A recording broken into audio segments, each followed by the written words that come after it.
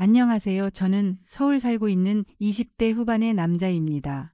대학은 지방에서 나왔지만 열심히 준비한 덕분인지 운이 좋았던 것인지 서울에 있는 회사로 취업하게 되면서 서울에 살게 되었습니다. 서울에 연고지가 없었던 저는 자연스럽게 누나의 집 근처에 원룸을 구했습니다. 누나는 저보다 4살 나이가 많고 결혼한 지 7년 된 유부녀입니다. 결혼하고 몇 년간은 직장 생활을 하면서 임신을 준비하였지만 잘 되지 않았습니다. 그 후로는 직장도 그만두고 임신을 준비했습니다. 인공수정 시험관까지 안 해본 것이 없습니다. 매형이 누나보다 6살이나 많기도 하지만 3대 독자라서 사돈 어르신들이 손자를 간절히 기다리시는 것 같습니다. 그러다 보니 자연스럽게 누나도 엄청난 스트레스를 받는 것 같았습니다. 그래서 평일에 쉬는 날이면 집에서 혼자 있는 누나를 불러서 같이 밥도 먹고 커피도 마시면서 이야기도 많이 나누고 스트레스도 풀어주려고 노력합니다. 아무래도 주말은 매형과 같이 있다 보니 부르는 것이 다소 눈치가 보였습니다. 물론 저도 주말에는 쉬면서 저만의 시간을 보내고 싶습니다. 아무튼 주말에 아무런 연락도 없이 누나가 저희 집으로 왔습니다. 평소 같았으면 미리 연락을 했을 텐데 그냥 무작정 쳐들어왔습니다. 나도 여자와 데이트하고 할 수도 있는데 이렇게 오는 것은 비매너라고 장난치듯이 말을 했더니 진지하게 할 말이 있다면 앉아보라는 것이었습니다. 이 누나가 뭘 말하려고 이렇게 분위기를 잡는지 의심하면서 앉았습니다. 최근 2주 동안 정말 진지하게 고민했다는 것이었습니다. 시댁에서, 가족에서 정자은행을 통해서 임신하는 것에 대해서 이야기가 나왔다는 것이었습니다. 정말 이렇게까지 하면서 꼭 임신을 해야 되는 것인지 모르겠다며 하소연을 하는 것이었습니다. 누나의 심정을 이해 못하는 것은 아니냐. 자식이 둘이나 있는 저의 부모님도 누나의 임신 소식을 기다리고 있습니다. 그럼 매형이 외아들인 사돈 어르신들의 마음은 당연히 이해가 되었습니다. 아무튼 누나 진심으로 모르는 사람의 아이를 임신하고 싶지 않다는 것이었습니다. 어떤 성격의 아이가 태어날지도 모르고 너무 싫다면서 저보고 너가 대신 주면 안 되냐고 하는 것이었습니다. 아무리 가족 아니라고 해도 아무것도 모르는 사람의 아이를 가지는 것보다 제 아이를 가지는 것이 100배 낫다는 것이었습니다. 무슨 말도 안 되는 소리냐. 이상한 소리 할 거면 빨리 나가라고 현관문을 열면서 손짓을 하는데 문 밖에 매형이 서 있는 것이었습니다. 누나한테 이야기 들었냐면서 진지하게 생각해 보라는 것이었습니다. 매형도 차라리 누나의 말도 전적으로 동의한다는 것이었습니다.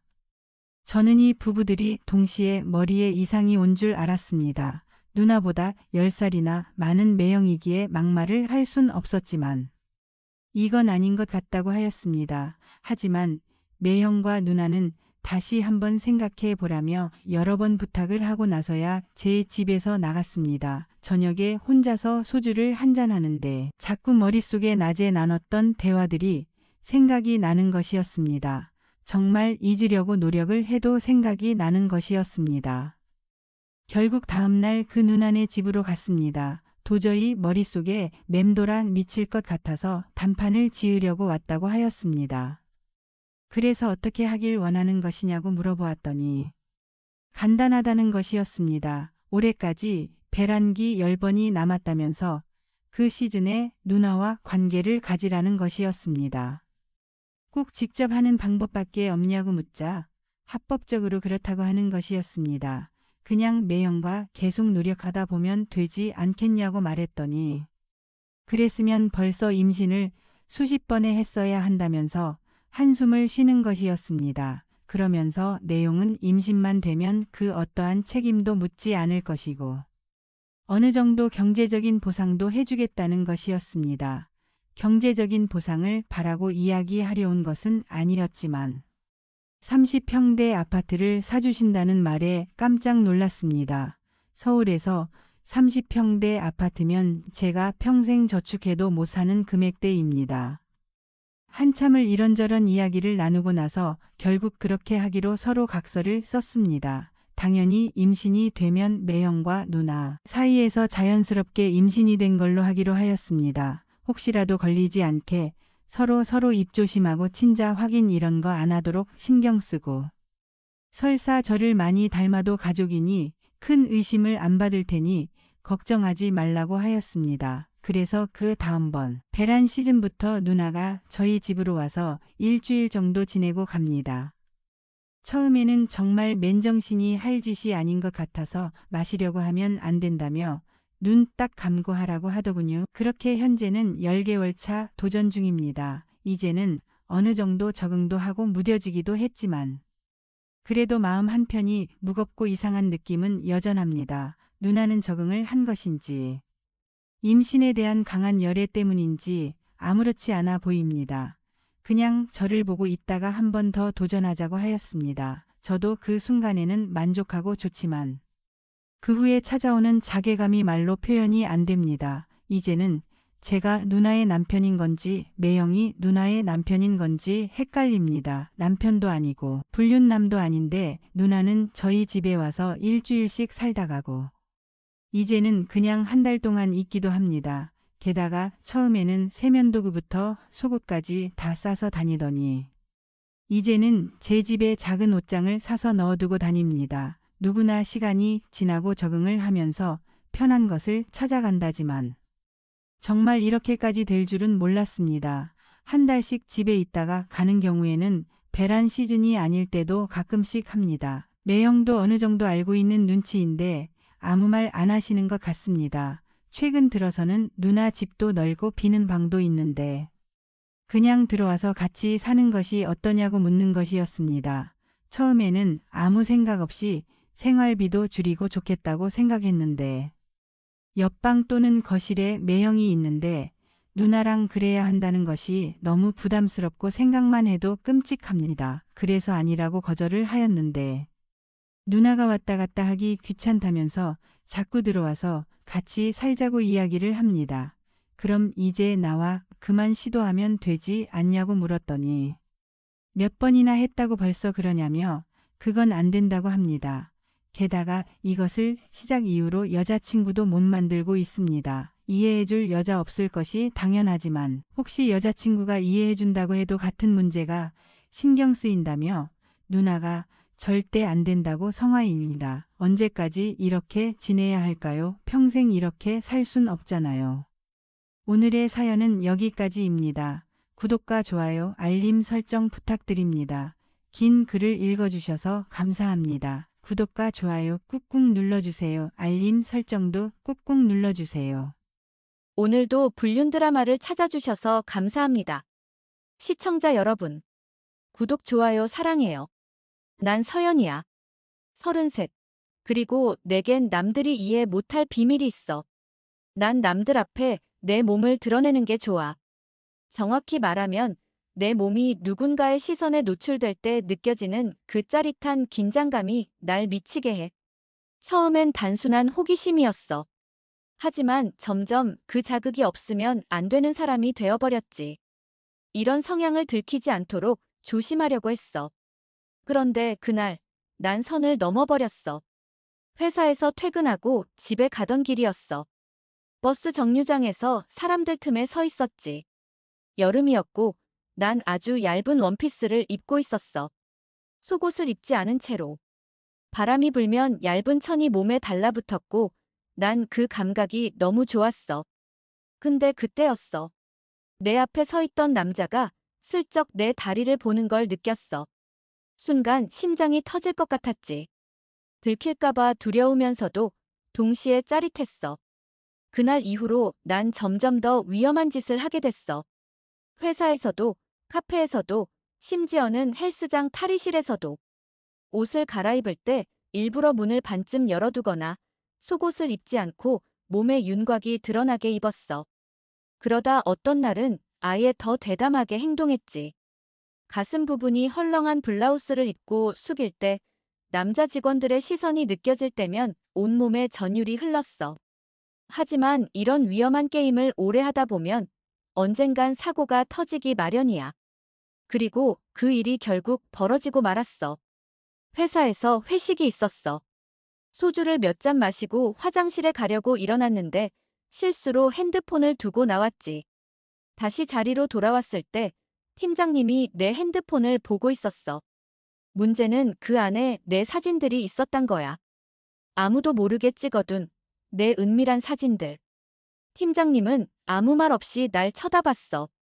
그리고 아주 낮은 목소리로 말했어. 서연 씨, 나랑 이야기 좀 할 수 있을까?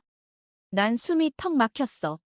우린 조용한 회의실로 갔고 팀장님은 핸드폰을 내 앞에 밀었어. 이거 일부러 남한테 보이려고 찍은 거야? 그 눈빛에서 난 두 가지를 읽었어. 경멸. 그리고 흥분. 심장이 미친 듯이 뛰었어. 난 대답을 해야 했어. 근데 그 순간 팀장님의 손이 내 허벅지를 스쳤어. 그리고 나도 모르게 그 손길에 몸이 움찔했어.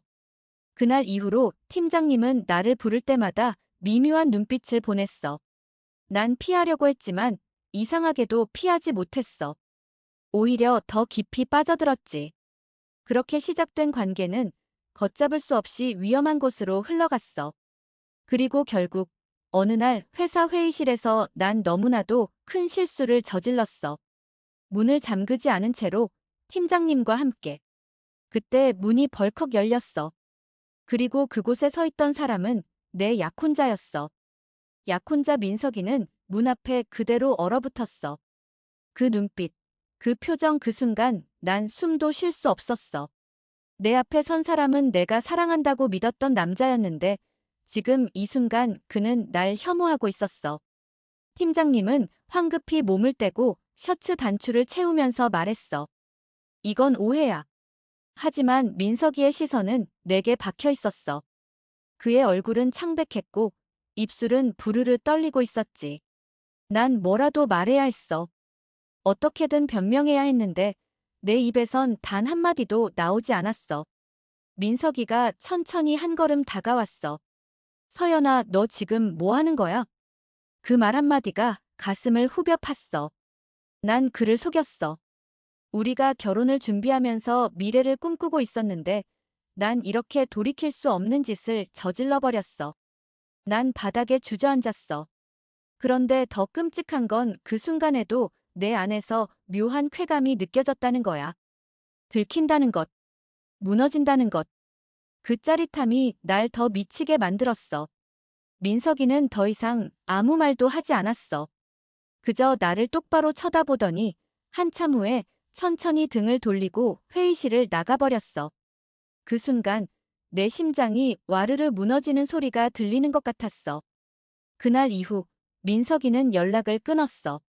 결혼식은 당연히 취소됐고 그의 부모님에게서 모욕적인 전화까지 받았어.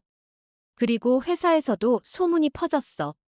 누군가 우리가 그날 회의실에서 함께 있는 걸 봤고 곧바로 소문이 나기 시작한 거야.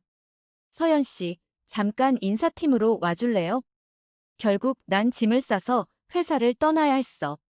모든 걸 잃었는데 이상하게도 난 완전히 후회하고 있진 않았어. 오히려 더 깊이, 더 위험한 쪽으로 빠지고 싶다는 생각이 들었어. 이제 나는 더 이상 숨지 않기로 했어. 그렇게 난 새로운 세계로 발을 들이게 된 거야. 회사를 그만두고 난 한동안 방 안에 틀어박혀 있었어.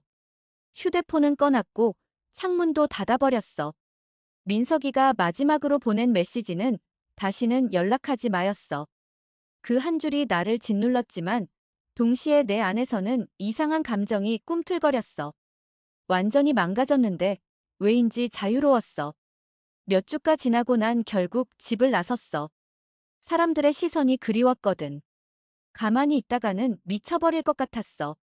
그날 밤, 난 강남의 한 바바로 갔어. 분위기 좋은 라운지 바였지. 어두운 조명 아래서 사람들은 칵테일을 마시며 조용히 대화를 나누고 있었어. 난 일부러 몸에 달라붙는 블랙 드레스를 입었어. 깊게 파인 넥라인, 허벅지까지 올라오는 트임. 속옷은 당연히 입지 않았지. 바에 앉아 마티니를 한 잔 주문했어. 그리고 일부러 다리를 꼬았어. 마주 앉아있던 남자의 시선이 내 허벅지를 훑는 걸 느꼈지. 그 순간 내 심장이 쿵쾅거리기 시작했어. 혼자 오셨어요?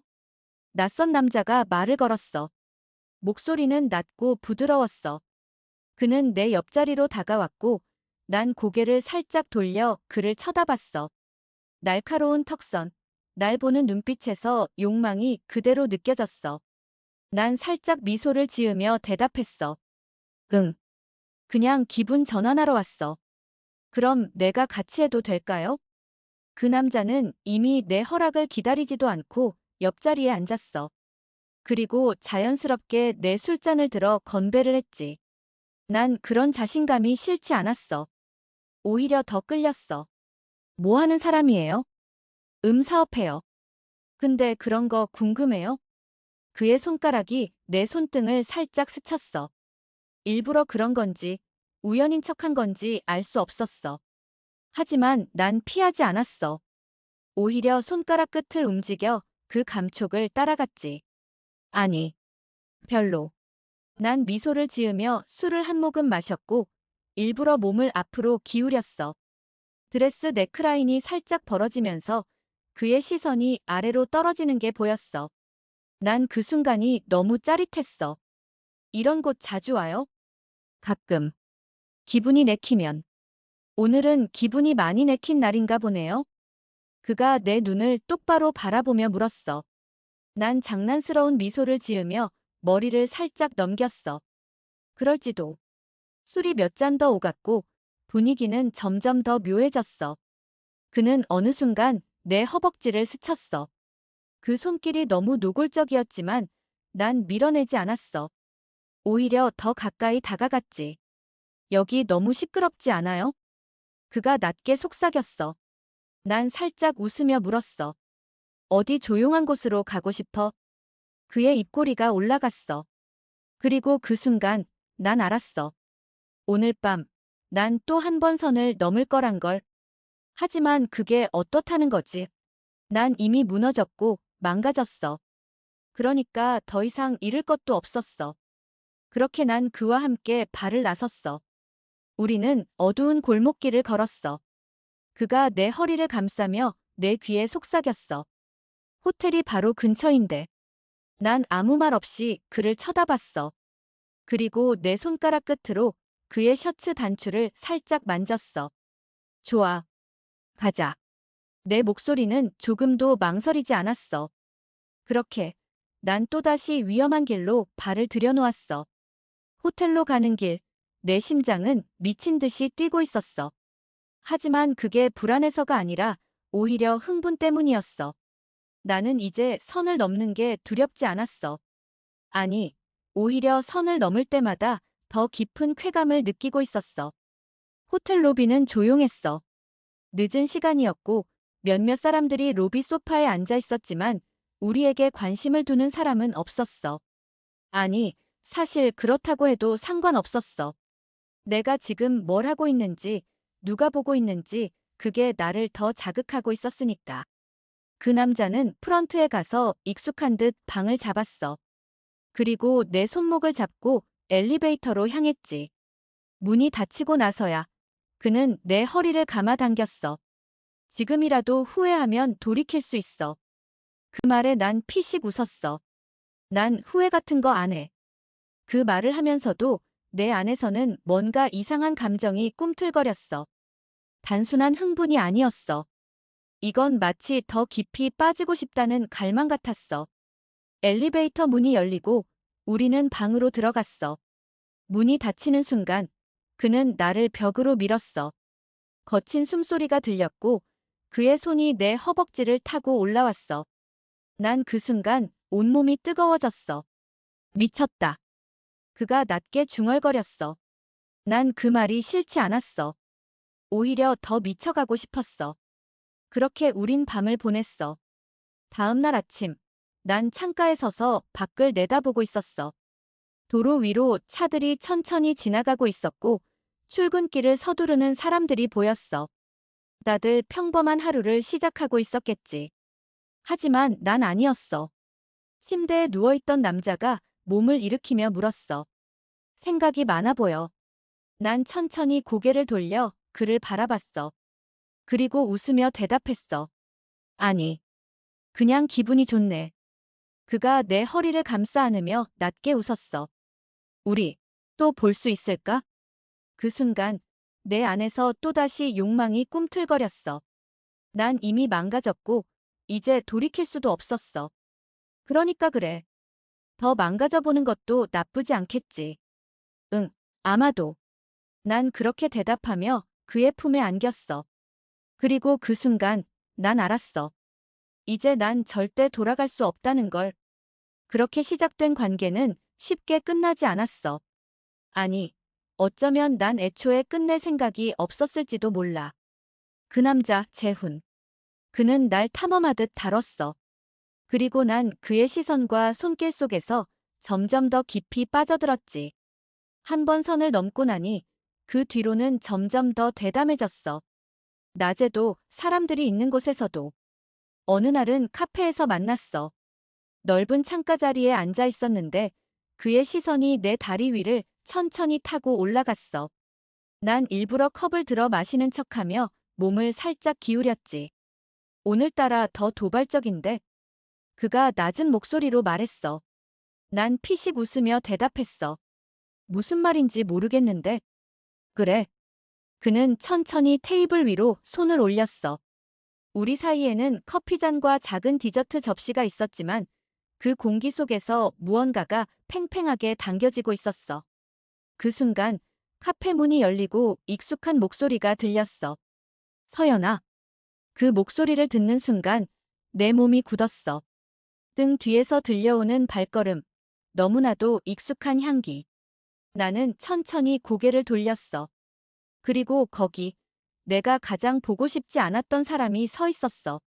민석이었어. 순간적으로 심장이 내려앉는 기분이었어. 너무 갑작스러웠고 너무 뜻밖이었어. 오랜만이네. 민석이는 어색한 미소를 지으며 내 앞에 섰어. 그는 한 손에 커피를 들고 있었고 반대 손에는 서류가 끼워져 있었어.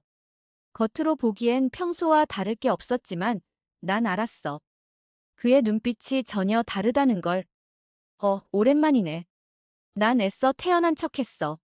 하지만 그 순간 내 맞은편에 앉아있던 재훈이 가만히 컵을 내려놓으며 미소를 지었어. 아는 분이야? 그의 목소리는 평온했지만 묘하게 날카로웠어. 마치 상황을 즐기고 있다는 듯한 표정이었어. 난 입술을 꾹 깨물었어. 응, 예전에 알던 사람. 예전이라. 민석이가 낮게 중얼거렸어. 그리고 그의 시선이 내 옷차림을 스치고 지나갔어. 오늘 난 원래처럼 가벼운 옷을 입고 있었어. 몸에 달라붙는 원피스, 깊게 파인 넥라인. 그의 시선이 날 훑고 지나가는 순간 난 이상하게도 몸이 움찔했어.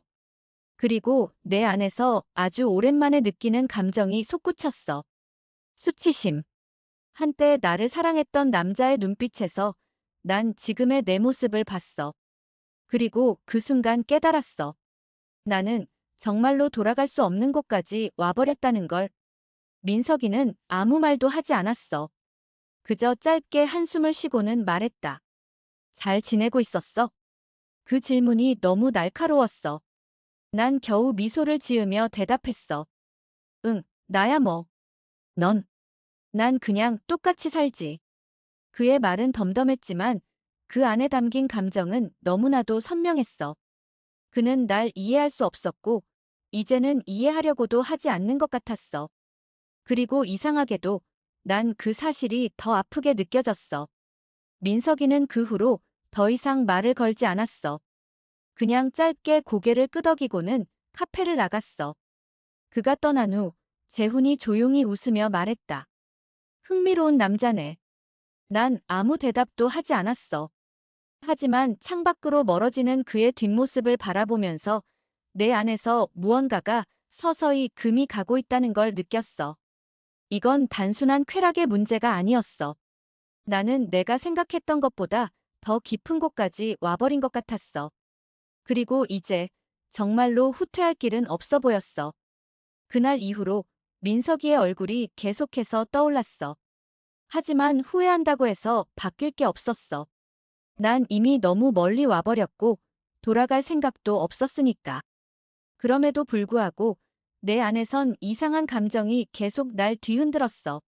그게 후회인지 상실감인지 아니면 또 다른 욕망인지조차 모르겠었어. 하지만 확실한 건 하나였어.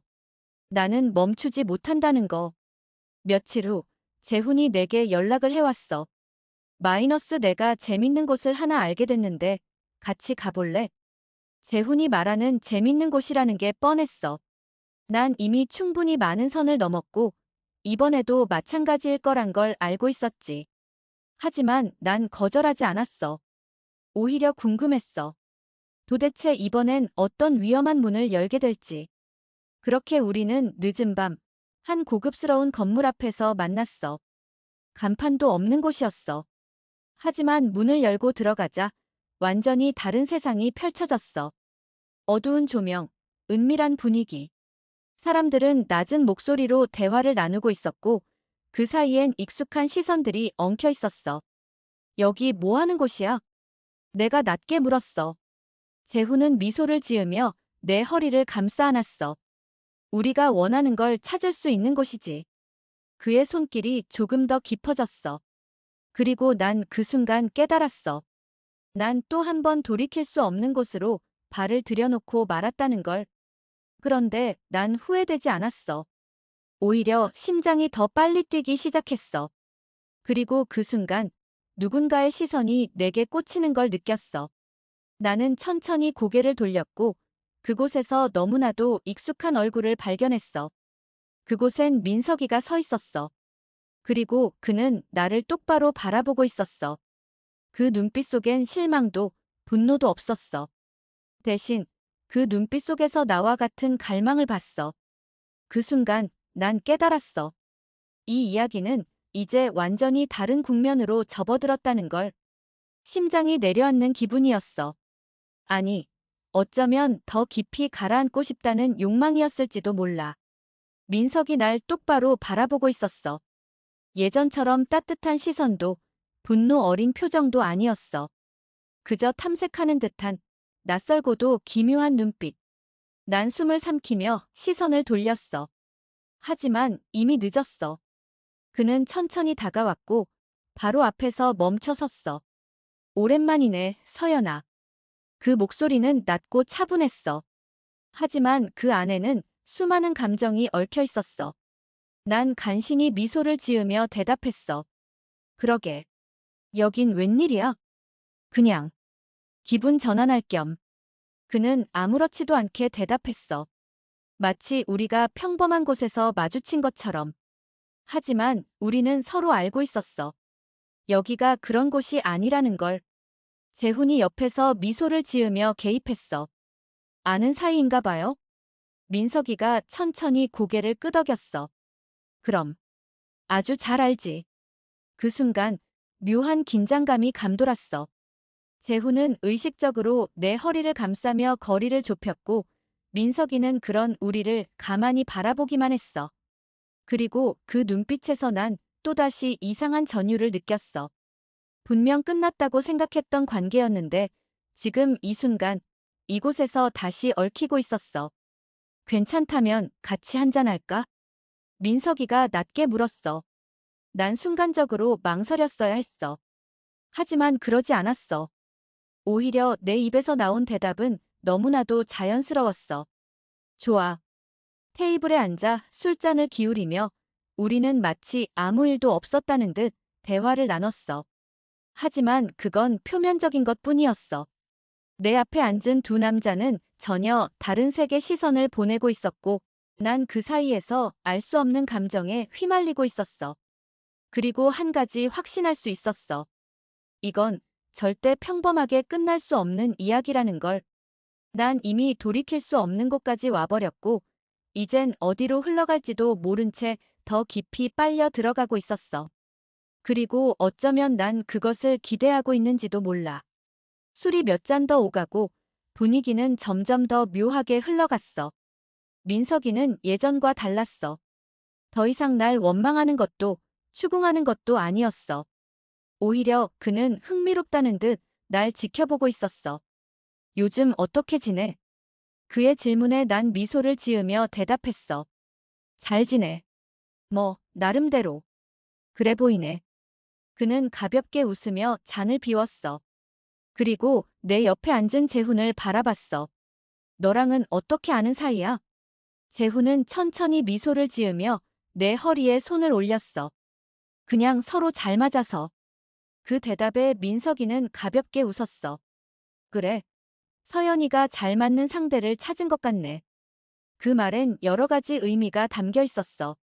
난 그걸 모를 리 없었어. 하지만 모르는 척했어. 그럼 너도 잘 맞는 상대 찾았어?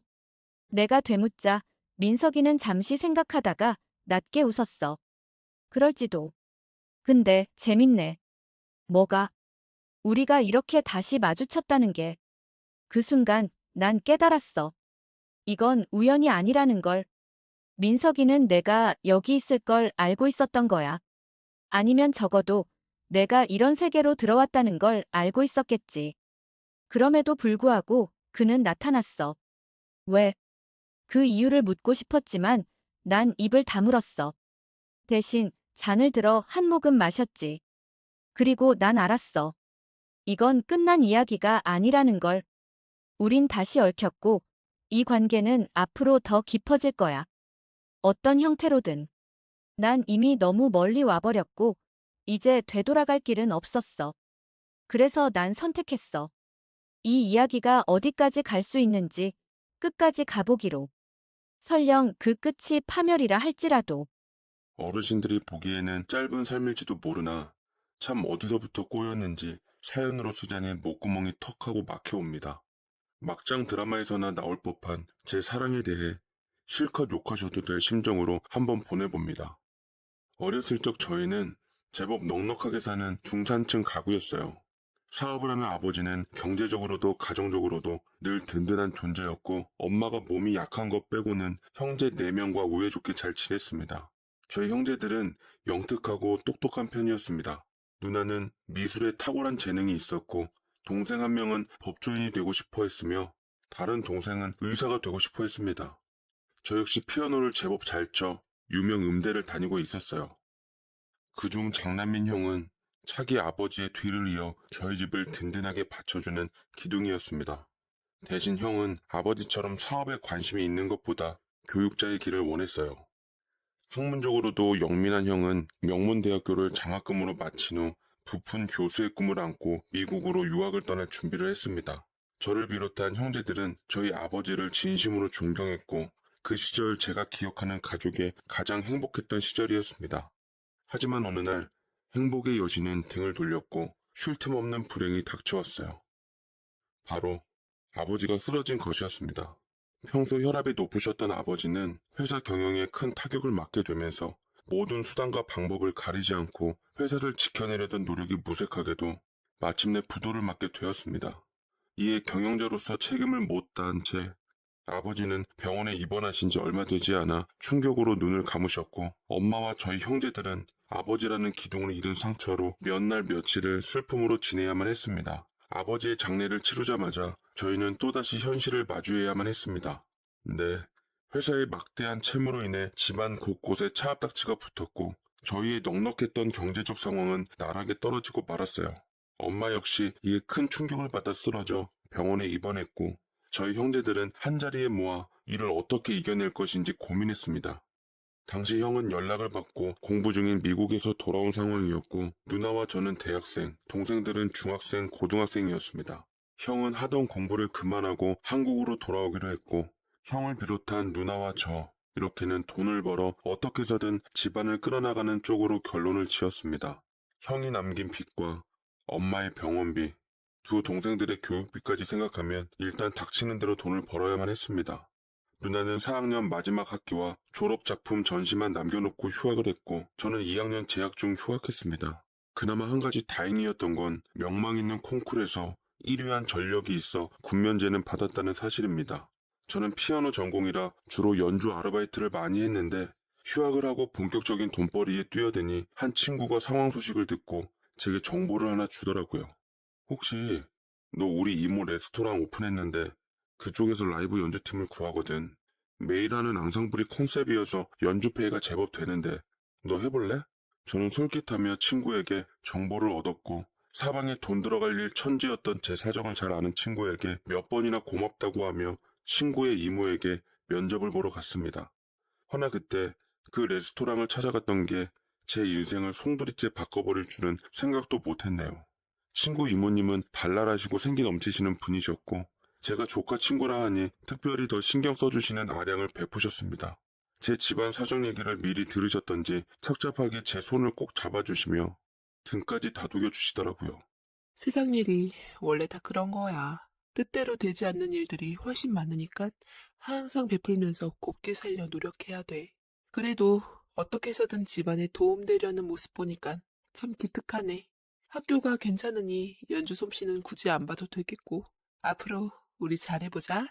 라고 말씀해 주시니 참 고맙더라고요. 피가 되고 살이 되는 조언도 많이 해주셔서 서러움에 목이 메어 하마터면 눈물이 날 뻔했습니다. 이모님은 제 연주를 정말로 좋아해 주셨고 마음에 들어해서 약속했던 페이보다 보너스 겸으로 더 넣어주시기도 했습니다.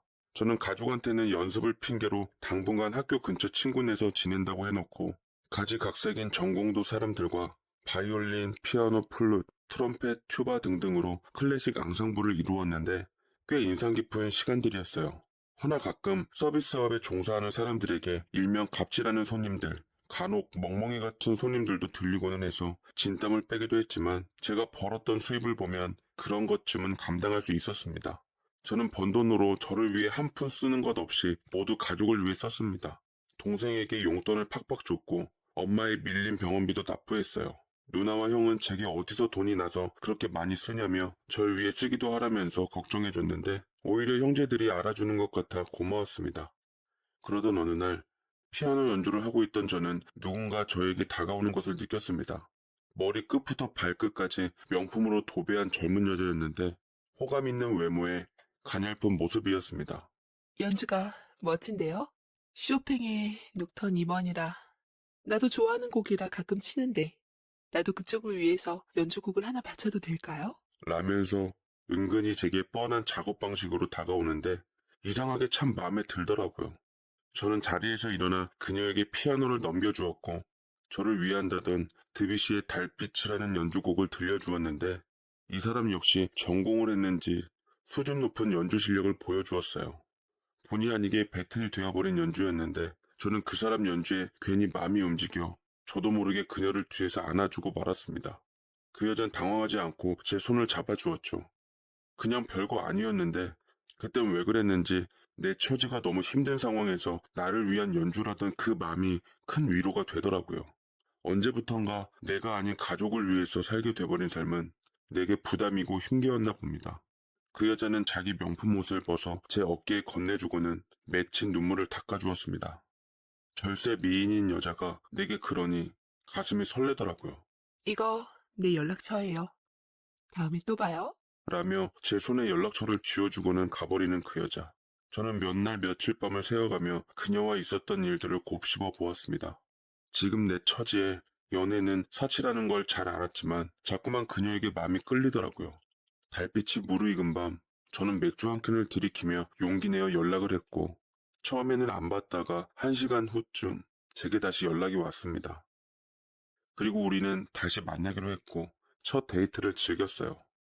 알고 보니 저보다 3, 4살 많을 줄 알았던 여자는 저와 8살 차이가 나더라고요. 부잣집이라 관리를 잘해서 그런지 그녀에게는 늘 좋은 향기가 났습니다. 나도 피아노 치는 거 좋아해서 음대 가고 싶었는데 부모님께서 반대하시는 바람에 결국 경영 쪽으로 가게 되었어요. 자기가 원하는 걸 손에 넣는 건 참 행복한 일인 것 같아요. 라고 제게 말하며 절 때론 남동생 대하듯 때론 연인 대하듯 우리는 피아노를 계기로 터트린 얘기를 가족 간의 얘기로 사는 얘기로 번지며 서로를 알아갔고 머지않아 사랑하는 연인 사이가 되어버렸습니다. 레스토랑 앞에 근사한 외제차를 바꿔가며 절 기다리고 있는 그녀를 보며 동료들은 다 부러워하고 전 왠지 뿌듯한 기분으로 늘 연인의 차에 탔는데 이모님께서 고개를 갸웃거리더라고요. 저 여자 저번에 우리 가게에 분명 다른 남자랑 왔던 것 같던데 잘 알아보고 만나는 거 맞지? 라며 제게 얘기를 했는데 그렇잖아도 결혼 여부에 대해 물어보았을 때 골드미스라고 제게 못 박아 두었거든요. 전 공교롭게도 세상에 연애 한 번 안 해본 사람이 어딨겠냐며 하물며 저렇게 빛나고 잘난 여자가 남자 한 번도 없었겠냐고 별로 개의치 않는다고 웃으며 말씀드렸습니다. 그녀는 제가 집이 어렵다는 사실을 알고 큰돈을 턱턱 빌려주기도 했고 용돈 삼아 주기도 했죠. 하며 저와 나란히 있으며 미래에 대한 얘기를 하고서 착각을 하게 만들기도 했네요.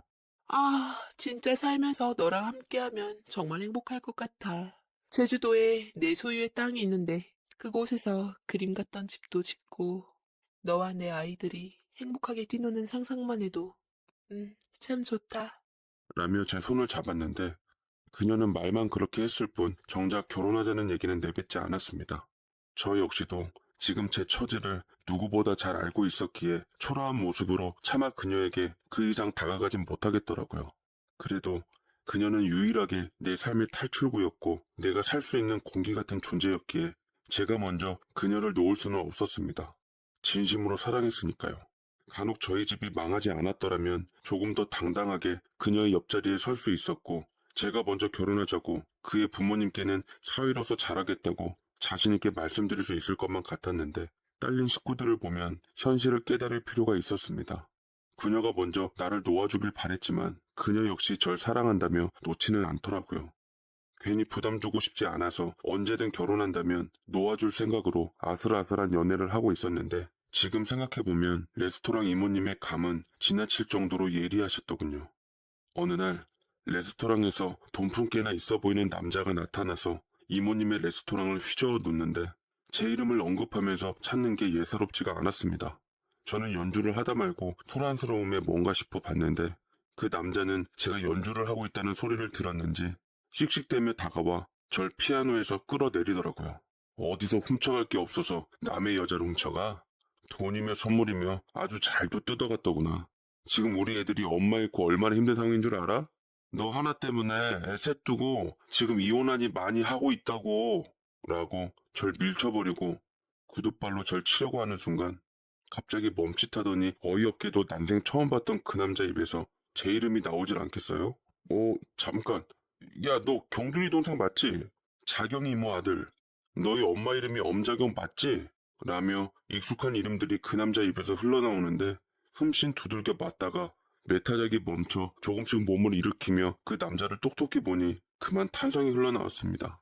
다름 아닌 엄마 친구 아들로 저희 큰형이랑도 쭉 학창시절 친구였던 형이었죠. 어렸을 적에는 집안 왕래도 잦아서 가족 모임도 많이 갖고는 했는데 저와도 나름 잘 지냈던 사람이었습니다. 그 형 역시 저보다 8살 많았는데 대학 마치고 유학 가서 그곳에서 연애한 사람과 결혼했다는 소리를 들은 적이 있었습니다. 그 집 어머니는 저희 집이 망할 조짐이 보였을 때부터 행여 손 벌릴까 싶어 냉정하게 저희 엄마랑 관계부터 끊어버렸는데 진심으로 형 부부가 한국에 와서 사는지조차 몰랐네요. 근데 하필 그 형의 부인이 제가 사랑했던 그 여자였다니요. 형은 얼마 전 호텔에서 치룬 쌍둥이 돌잔치 사진이며 부인과 함께 했던 결혼식 사진이며 정겨운 가족들 사진이며 다 꺼내 보였는데 인정하지 않을 수가 없었죠. 제일 억장이 무너졌던 건 그 형의 부인이라는 사실보다 그토록 사랑했던 내 사람이 이미 다른 남자의 여자였다는 거, 그걸 철저하게 숨기고 내게 접근한 무자비한 사람이었다는 건 정말 충격이었습니다. 저는 배신감에 부들부들 떨면서 그 여자의 해명을 듣기 위해 찾아갔지만 그 사람은 이미 모든 게 엎질러진 걸 안 건지 제 연락을 피하더군요. 그리고 남겨진 책임은 모두 제가 떠안아야 했습니다.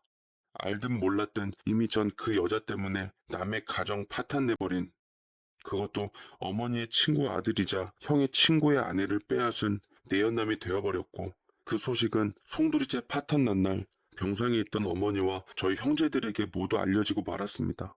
어머니는 아들을 잘못 키웠다며 다 내 죄라고 이불을 붙들고 울고만 있었고 큰형은 무턱대고 최소한 제 해명조차 듣지 않은 채 절 몰아갔습니다. 창피한 줄 알아. 너 그럼 그동안의 돈들 다 그 여자한테서 받은 돈이었어? 더럽다 더러워. 너 그렇게 살지 마. 남의 눈에 눈물 빼면 네 눈에는 피눈물 뽑는 법이야. 라고 해서 저는 아무것도 모르면 그런 말 하지 말라며 소리를 쳤고 한바탕 형이랑 주먹 다짐을 하며 싸웠습니다. 난 단지 사랑을 했을 뿐인데 왜 결과가 이리 된 건지 모르겠더라고요. 저로 인해 결국 집안의 명예까지 더럽히게 된 것 같아 죄스러웠습니다. 저는 한동안 충격에 정신을 차릴 수가 없었습니다. 저는 레스토랑을 그만두었고 다시 평범한 일자리를 구했지만 연주페이에 못 미치는 금액에 어렵기만 했죠. 그간 집안에 보탰던 돈이 없어지자 다시 휘청거렸고 그 와중에 엄마의 심장병이 도저 쓰러져 급히 수술이 잡혔습니다. 생활비와 빚만으로 허덕이고 있는 신세에 엄마의 큰 금액에 수술비까지 감당할 수가 없겠더군요. 그렇다고 엄마 수술을 미룰 수도 없는 노릇이었고요. 그러자 형이 은근히 제게 얘기를 하더이다. 너 혹시 전에 만났던 그 여자한테 돈 좀 어떻게 융통할 수 없겠냐? 네 일 때문에 학창시절 친구들한테 손가락질 받고 있어서 아무도 내게 돈을 안 꿔주려고 하더라. 책임도 네가 져봐. 그 여자 알고 보니 엄청 준재벌집 딸이더라고. 악연도 인연인데 잘 좀 얘기해봐. 기가 막히게도 형은 저를 잡을 듯 할 땐 언제고 이제 와서 그 여자에게 돈 융통을 해보라는데 그것 때문에 형이랑 또 한 번 치고받고 큰 싸움이 일었네요. 하지만 그놈의 돈이 계속 제 발목을 잡았고 부모님 수술로 인해서 저는 결국 공리 끝에 그녀에게 연락을 했습니다. 그녀는 우습게도 제 전화 한 통에 병원으로 달려와 돈을 내놓더라고요. 제가 알게 된 사실과는 별개로 그녀를 막상 보니 그간 애써 재워놓았던 마음이 흔들리기 시작했습니다. 수척해진 그녀는 제 곁에 기대며 속삭였어요. 자기야, 내가 자기 얼마나 보고 싶었는 줄 알아? 어머니 병원비면 급한 돈인데 그 정도는 내가 해줘야지. 이거 가져가서 쓰고 요거는 내 아지트 비번이야. 잘 갖고 있어. 라며 제 손에 오피스텔 주소를 주며 엄마 수술비까지 함께 건네었습니다. 그걸로 저희 엄마 수술비는 마련하게 되었고 형은 입도 뻥끗하지 않은 채 잠자코 있었죠. 저는 그렇게 미래가 보이는 파국이 치닫는 관계에 다시 발을 들이게 되었습니다. 대가로 저는 그토록 필요했던 돈과 그녀의 사랑을 얻었고요. 말만 잘하면 원하는 금액은 쉽게 나오더군요. 저로 인해 조금씩 집안 환경은 나아지기 시작했습니다. 누나 마지막 학기도 복학시켜줬고 동생들 학원도 좋은 데로 옮겨 원하는 대학 진학을 위해 뒷바라지를 아낌없이 해줬어요. 집도 조금 나은 환경으로 이사하게 해줬습니다. 형제들은 제가 큰 돈을 벌어오자 처음에는 그 돈 어떻게 벌었냐고 캐묻고 의심했지만 점차 자신에게 돌아오는 혜택이 많아지니 입을 다물었습니다. 제가 돈을 내놓지 않으면 살 수가 없으니 뭔가 찝찝한 일을 한다 한들 뭐라 할 재간이 없어 아예 알 길을 닫은 것입니다. 처음엔 곤란하지 않아 다행이다 싶었지만 한편으론 형제들이 무서워지더군요. 그러다가 교수의 꿈을 포기한 채 학원 강사로 월급쟁이 노릇하고 있는 형이 저를 앉혀놓고 말했습니다. 나 사실은 미국에 있는 교수님께 연락이 왔어. 내 사정 알고 장학금을 지원해 주시겠다는데 일단 미국에 들어가려면 최소한의 보증금이 필요해. 네가 나 좀 도와주면 안 될까? 이번이 나한테는 정말 마지막 기회라서 그래. 이 은혜 평생 안 잊을게. 라고 말하는데 굳이 입을 열진 않았지만 눈빛으로는 그 여자한테 연락해서 어떻게든 해결바라라는 명령이 담겨 있었죠. 오죽하면 그럴까 싶어 저는 형의 절실함이 가슴 안쪽까지 전해져와 모른 척할 수가 없었습니다.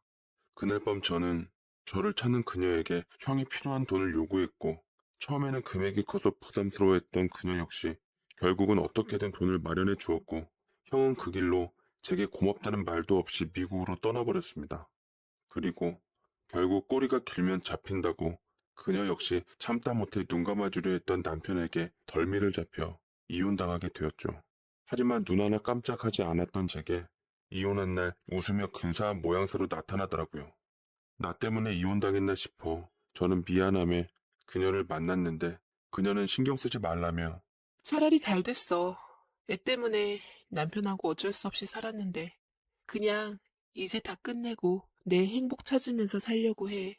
자존심 때문에 말은 안 했는데 그 사람도 지금 두세 집 살림하고 있고 신혼 초부터 한결같이 바람 피운 남자면서 참 나한테 하는 꼴 보면 기가 막히더라고.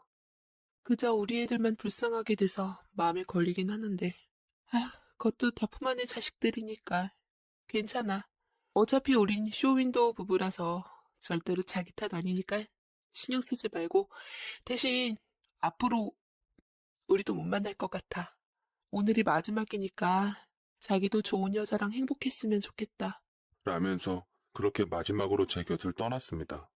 너무나도 사랑했지만 그녀가 유부녀였기에 최대한 곁을 안 주려고 드문드문 만남을 유지했지만 막상 그녀를 못 본다니 어찌해야 할지 저도 무너졌습니다. 눈앞이 아득하더라고요. 그렇지만 그녀가 절 놓은 이상 붙잡을 수 없었기에 기꺼이 놔주며 저 역시 그녀가 행복하기를 바랬어요. 그 후로 저도 그녀를 잊기 위해 다른 여자들을 많이 만났습니다만 이상하게 다 마음이 가질 않더라고요. 만나는 여자들 속에서 그 여자의 모습과 향기를 찾고 있었고 어쩌다가 마음에 드는 여자를 보면 그 여자와 판박이처럼 닮아 있어 죄책감에 힘겨웠습니다. 참 사랑이 웃긴 게 이상하게 시간이 지날수록 다른 여자를 만날수록 난 그녀가 더 그리웠고 보고 싶더라고요. 그러다 미국으로 유학 간 형이 잠시 한국에 들어왔을 때 식구들을 보려고 들렀는데 그때 제게 그 여자의 얘기를 들려주었습니다. 그 여자 바람핀 것 때문에 이혼당한 후 친정에서도 쫓겨났대더라. 양육권도 다 뺏기고 위자료도 한 푼 못 받고 아주 개털됐지 뭐. 혹시 그 여자가 너한테 찾아와서 줬던 돈들 다 달라고 하면 절대 모른다고 해. 줄 돈도 없을 뿐더러 괜히 정이 약해져서 볼 것 하나 없는 여자 들러붙게 하지 말고. 라면서 제게 신신당부를 했는데 이런 도덕성으로 교수가 되겠다고 공부하는 형이 참 가짜않게 느껴지더라고요. 우리 망했을 때 등 돌린 사람들 그렇게 미워하고 헐뜯더니만 정작 본인이 그러니 오만 가지 정이 다 떨어졌습니다. 저는 그 소리를 듣자마자 집에서 나가 그 여자에게 연락을 했고 돈 한 푼 없이 작은 원룸 하나를 얻고 사는 그녀를 다시 만날 수 있었습니다. 물론 물질적으로는 초라하게 돼버린 그녀였지만 저는 오히려 거리낌 없이 사랑했던 그녀를 만날 수 있었어요. 형은 그녀와 다시 만나는 절 보고 미쳤다고 한번 바람핀 여자 너와 결혼해서는 못 필 것 같냐고 어떻게 해서든 막으려고 했지만 순진한 사랑에 빠진 저는 그냥 마음 가는 대로 행복하고 싶었을 뿐이었네요. 그녀와 함께 살림을 합치면서 힘들게 이룬 사이인 만큼 남부럽지 않게 잘 살아나가고 있습니다. 부잣집 딸로 자라 뭐 하나 할 줄 모르는 그녀에게 제가 처음 어렵게 살았을 적이 떠올라 하나둘씩 알려주었고 그녀는 서투른 솜씨로 잘 해내려고 노력했습니다. 다만 제가 8살이나 어려서 그런지 아니면 무슨 다른 이유가 있는지 연주 활동을 하며 알게 된 제 또래 여자들을 살짝 경계하기도 했지만 전 그 모습마저 귀엽고 참 좋습니다. 제가 연주 활동으로 적은 돈을 가져다 주지만 씀씀이가 클 줄 알았던 아내는 야무지게 잘 생활하더라고요. 푼돈이었지만 모으는 재미도 있다며 미소 짓는 그녀는 다행히 1년 정도 후 쫓겨난 친정 부모님한테도 다시 연락이 닿게 되어 저는 정식으로 인사를 드리러 가게 되었습니다. 아내는 저와 결혼하겠다고 선전포고를 했고 머지않아 그녀는 재혼, 저는 초혼으로 소소한 결혼에 골인도 하게 되었습니다. 외국으로 떠나는 근사한 신혼여행 대신 우리나라 전국 방방곡곡을 다니면서 여행을 했고 아내가 된 그녀와 함께하는 삶이 정말 천국 같습니다. 어찌 보면 잘못된 관계에서 시작된 거라 안 좋은 시선으로 바라볼 수도 있겠지만 그래도 이런 사랑도 있구나라며 알아주시면 좋을 듯합니다. 제 사연 읽어주셔서 감사드리고 먼 훗날 또 다른 사연으로 찾아뵙겠습니다. 감사합니다. 안녕하세요. 저는 40대 후반의 주부입니다. 최근 제게 큰 고민이 생겼습니다. 지금의 남편과는 소개팅을 만나서 지금까지 아들 하나 낳고 잘 지내고 있습니다. 아들도 크게 속썩인 적은 없었지요. 그런데 남편과 사이가 썩 좋은 것은 아니었습니다. 사소한 생각 차이들이 분명히 존재를 했습니다. 그래서 종종 싸우는 일도 없지는 않았습니다. 남편과 잠자리는 점점 줄어드는 중입니다. 지금은 한 달에 한두 번 정도 겨우 하고 있습니다. 그래도 딱히 불만은 없었습니다. 잠자리를 싫어한다기보다는 그냥 부부니까 의무적으로 관계 유지를 하는 느낌입니다. 그래서 남편이 들이대도 귀찮을 때가 더 많았습니다. 30대를 넘어오면서 남편과 잠자리가 점점 시들해졌죠. 친구들과 만나면 농담처럼 가족끼리 그러는 거 아니라고도 했고요. 그냥 다들 이렇게 사는가 보다 생각을 했었습니다. 동네 아줌마들끼리 만나면 자연스레 남편 험담도 했고요. 다른 여자들도 그렇게 사는구나 생각하며 위안을 삼았죠. 나만 이상한 게 아니라는 그런 위안이었습니다. 남편도 그 부분에 대해서는 딱히 싫다 좋다도 없었습니다. 나를 여자로 보는 것 같지가 않았습니다. 처음에는 속상도 했지만 지금은 딱히 느낌이 없었지요. 그러다 모처럼 친구들과 모임이 있었습니다. 최대한 예쁘게 꾸미고 제일 비싼 액세서리로 치장을 했습니다. 나이는 들었지만 아직도 여자들끼리 경쟁심을 가지고 있었죠. 다들 최대한 화려하게 꾸미고 모임을 가졌습니다. 그 순간만큼은 조금이라도 어릴 때로 돌아간 기분이었죠. 우리는 일부러 더 화려한 음식점으로 골라서 갔습니다. 이후에 술집도 젊은 애들이 많이 가는 곳으로 갔습니다. 시끄럽기만 해서 싫기도 했지만 어린 아이들이 노는 모습을 보니 또 부럽기도 하더군요. 그렇게 친구들과도 오랜만에 술을 마시고 있었는데 웬 젊은 남자애가 우리 테이블로 걸어왔습니다. 대략 20살 초반 정도의 남자아이였습니다. 제 아들과 비슷한 또래의 그가 우리 앞에 서더군요. 그리고 뭔가 머뭇거리다가 입을 열었습니다. 그는 대뜸 제게 연락처를 달라고 하더군요. 순간 친구들이 난리가 났습니다. 이게 무슨 일인가 싶었습니다. 그런데 알고 보니 자기들끼리 술게임을 한 거더군요. 아무 테이블에나 가서 연락처 따오기라더군요. 아줌마들이니까 좀 쉽게 해주지 않을까 싶어서 왔다고 했죠. 그럼 그렇지 싶었지만 기분은 좋았습니다. 왜 저를 지목한 것인지는 알 수 없었습니다. 하지만 그 남자는 안절부절 못하는 표정이더군요. 재미있기도 했지만 연락처를 함부로 주기는 꺼려졌습니다. 그래서 그냥 돌려보내려 하는데 다른 친구들이 장난기 가득한 표정을 짓더군요. 그리고 그 남자애를 우리 자리에 앉혔습니다. 연계가 왔다느니 하면서 다들 신나하더군요. 그리고 술을 마셔야 보내준다고 했지요. 결국 친구들은 저랑 러브샷을 지시했습니다. 재미있기는 했지만 아들뻘 남자애라서 기분이 이상했습니다. 그 아이는 불쌍한 표정으로 저를 바라보더군요. 그 모습이 귀엽기도 해서 저도 장난에 동참을 해주었습니다. 우리는 얼굴을 맞대면서 러브샷을 했습니다. 그 남자가 떨고 있는 게 느껴지더군요. 그런 모습이 풋풋해서 오히려 귀엽게 느껴졌습니다. 제가 좀 더 과감하게 그 남자를 끌어당겼습니다. 친구들은 사진을 찍으며 엄청 즐거워했습니다. 그리고 보답으로 제 전화번호도 찍어주었습니다. 요즘 애들은 이렇게 노는구나 생각하며 웃었습니다. 친구들도 이색 경험에 무척 재미있어 했습니다. 다들 또 한 번 오지 않나 하고 기다리기도 했지요. 하지만 그 아이들은 다시는 우리 테이블에는 오지 않더군요. 그래도 덕분에 우리는 재미있는 시간을 보냈습니다. 그리고 술자리를 마치고 자리에서 일어났습니다. 그런데 낯선 번호로 전화가 왔습니다. 모르는 번호라 받지를 않았는데 또다시 전화가 오더군요. 그제야 그 번호가 누구인지 떠올랐습니다. 제게 번호를 따라왔다던 그 남자아이였습니다. 저는 괜한 설렘을 느끼며 전화를 받았습니다. 역시 그 남자애였습니다. 약간 취한 목소리로 제게 말을 하더군요. 아까는 귀찮게 해드려 죄송하다고 말을 했죠. 귀엽게 생긴 아이가 예의도 바르구나 생각을 했습니다. 저도 아까 친구들이 술을 너무 먹여서 미안하다고 했지요. 그렇게 잠깐 통화를 하는데 문득 궁금증이 생기더군요. 아까 왜 저한테 연락처를 달라고 했는지 물었죠. 아줌마지만 내심 나를 선택한 이유에 기대와 궁금증이 생겼죠. 그랬더니 그 아이가 우물쭈물하다가 말을 했습니다. 그냥 제일 덜 무서워 보여서 그랬다고 하더군요. 그 순간 저는 빵 터졌습니다. 내가 뭘 기대했나 싶어 웃음이 나오더군요. 그냥 몰랐으면 기분이라도 좋았을 텐데 괜히 물어봤다 싶었죠. 나이가 많아도 여자인데 예쁘다고 해줬음 좋았을 텐데라고 생각했죠. 그런데 그 남자가 문득 이 차를 갔냐고 묻더군요. 그건 아니고 집으로 가려던 참이라고 했습니다. 그러자 그 남자가 갑자기 같이 한잔하면 안 되냐고 하더군요. 이게 뭔 상황인지 신기하기도 하고 괜히 설레기도 했습니다. 그래서 올해는 안 된다고 했더니 어딘지 묻고는 곧바로 달려왔더군요. 그렇게 저는 그 남자애랑 둘이서 술을 마시게 되었습니다.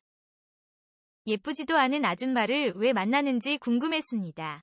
그래도 오랜만에 젊은 남자애랑 대화를 나누니 좋더군요. 마치 예전에 소개팅을 하던 그런 설렘이 있었죠. 그런데 저보다 그 남자애가 술이 더 취한 게 보였습니다. 그리고 저에게 2차로 노래방을 가자고 했습니다. 시간이 좀 늦었지만 술도 깰 겸 그러자고 했습니다. 남편에게는 그냥 조금 늦을 것 같다고만 했습니다. 친구들과 만나는 걸 알기에 남편은 알겠다고만 하더군요. 그리고 그 남자애가 이끄는 대로 노래방으로 향했습니다. 작은 노래방에 단 둘이 앉았습니다. 술에 약간 취했지만 그 아이의 목소리가 너무 좋았습니다. 요즘 애들은 노래를 잘 부르는구나 생각을 하며 감상을 했죠. 그러다 함께 춤도 추게 되었지요. 그 아이가 저를 곱겨 안고 춤을 추기도 했습니다. 그런데 술 때문인지 그 아이가 점점 스킨십을 해왔습니다. 그때 피하거나 했어야 하는데 저는 그러지 못했습니다. 이상하게 그런 묘한 설렘이 좋았습니다. 어린애인 줄 알았는데 나보다 체격이 더 큰 남자더군요. 분명 해서는 안 될 일인 줄 아는데 오랜만에 느끼는 그 설렘이 좋았습니다. 그리고 결국 그 아이는 더한 것을 제게 요구하더군요. 그런데 제가 미쳐서 그만 그 아이와 선을 넘어버렸습니다. 그것도 노래방에서 그 짓을 해버린 것이었죠. 그 순간은 저도 함께 어려지는 것 같은 기분이었습니다. 한바탕 일을 치르고야 정신이 번뜩 들더군요.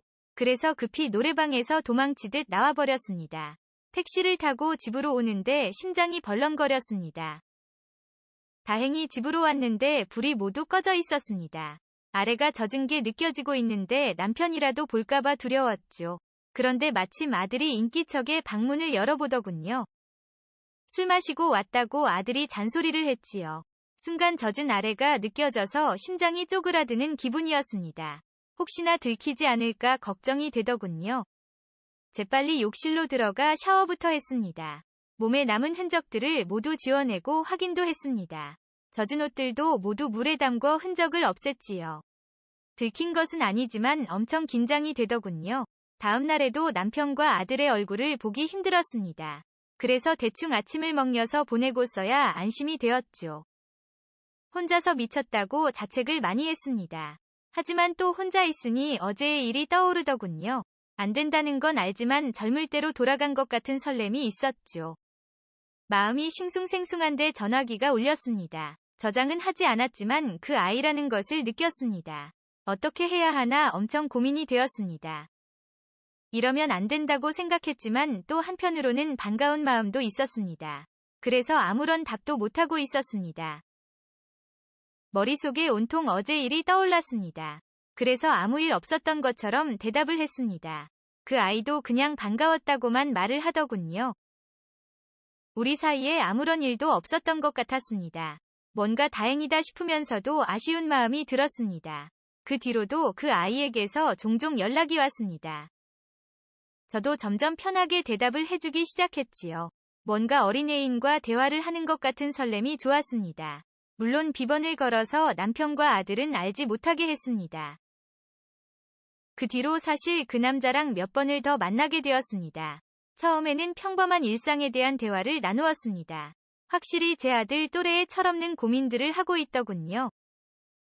하지만 왠지 좀 더 어른스러운 느낌이 들었습니다. 아무래도 나와의 관계 때문에 그렇게 느껴지는 것 같았습니다. 그리고 불과 몇 번의 만남 뒤 우리는 대낮에 모텔도 갔습니다. 조금 부담스러운 느낌도 있었지만 남편에게서는 느낄 수 없었던 젊음이 느껴졌습니다. 저도 덩달아 젊어지는 것 같아서 좋았습니다. 그래도 나이 차이가 나는 것은 확실히 느낄 수 있었습니다. 그 아이는 하루 종일에도 멀쩡할 것 같은 모습이었습니다. 하지만 저는 집으로 돌아오자마자 실신하듯 뻗어버리곤 했지요. 그리고 마음 한구석에는 항상 죄책감이 있었습니다. 남편을 볼 때마다 죄책감을 느끼는 것도 있었고 아들을 보는 것도 항상 마음이 편치가 않았습니다. 그래서 매번 그만둬야겠다고 생각을 합니다. 하지만 그럴 때마다 그 아이가 연락을 해왔지요. 그때마다 저는 그 아이를 거부하지 못하고 있습니다. 매번 이게 마지막이라고 생각을 하면서도 그 남자를 만나면 기분이 좋습니다. 무엇보다 제가 젊어진 기분이라 더 좋았습니다. 평소에는 대충 입고 다녔는데 저도 여자로서 조금씩 꾸미기 시작했죠. 본능적으로 조금이라도 젊게 보이고 싶었지요. 몸매 관리도 하기 시작했고 화장도 다시 하고 있습니다. 피부나 옷도 신경을 쓰기 시작했습니다. 그랬더니 주변에서 예뻐졌다는 소리를 듣기 시작했습니다. 남편도 요즘은 저를 건드리기 시작하더군요. 덕분에 남편과 잠자리를 가지는 일도 많아졌습니다. 제 달라진 모습이 남편에게 뭔가 활력을 준 모습이었죠. 내심 나를 다시 봐주는 남편의 변화가 기쁘기도 했습니다. 하지만 또 한편으로는 남편과 그 남자를 비교도 하게 되었죠. 남편과 사이가 좋아졌음에도 자꾸 그 남자를 떠올리게 됩니다. 남편과는 아무리 해도 젊을 때처럼 좋지는 않았습니다. 그래서 더 비교를 하게 되는지도 모르겠습니다. 이제는 그 남자가 주는 그 느낌을 잊을 수 없습니다. 저도 그 남자가 제 연인이 될 수 없다는 것은 알고 있고 단순히 육체의 즐거움을 추구할 뿐이란 사실도 알고 있습니다. 그리고 이게 얼마나 잘못된 관계인지도 알고 있습니다. 하지만 나를 다시 여자로서 느끼게 해주는 인 같은 느낌입니다. 그래서 매번 끝내자고 마음을 먹으면서도 그러지 못하고 다시 요구를 받아주게 되는 것 같습니다. 이대로 가다가는 정말 큰일이 날 것 같습니다. 그리고 저는 파국을 원하지 않습니다.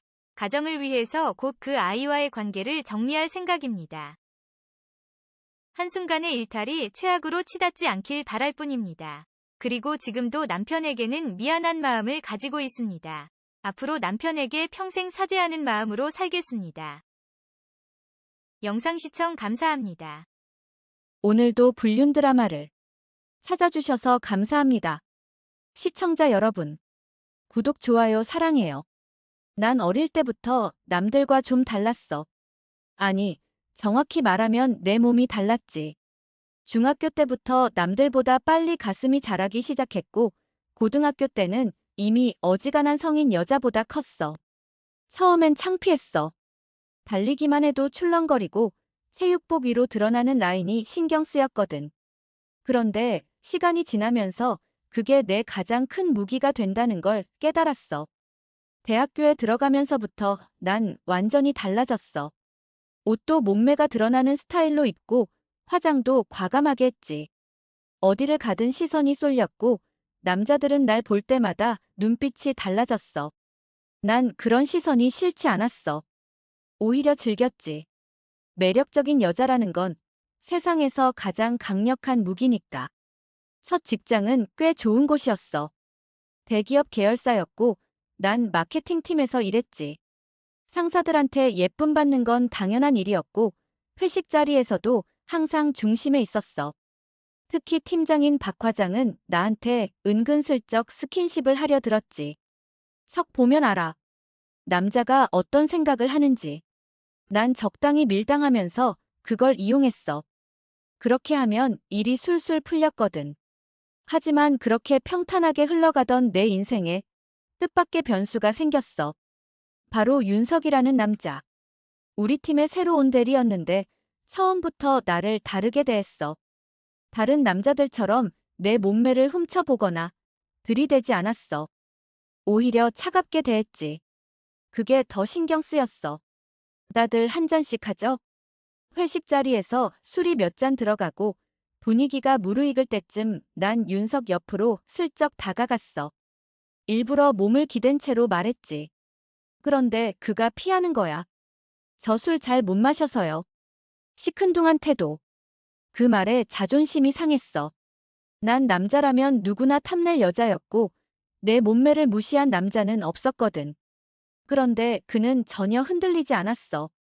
오히려 나를 꿰뚫어보는 듯한 눈빛이었지.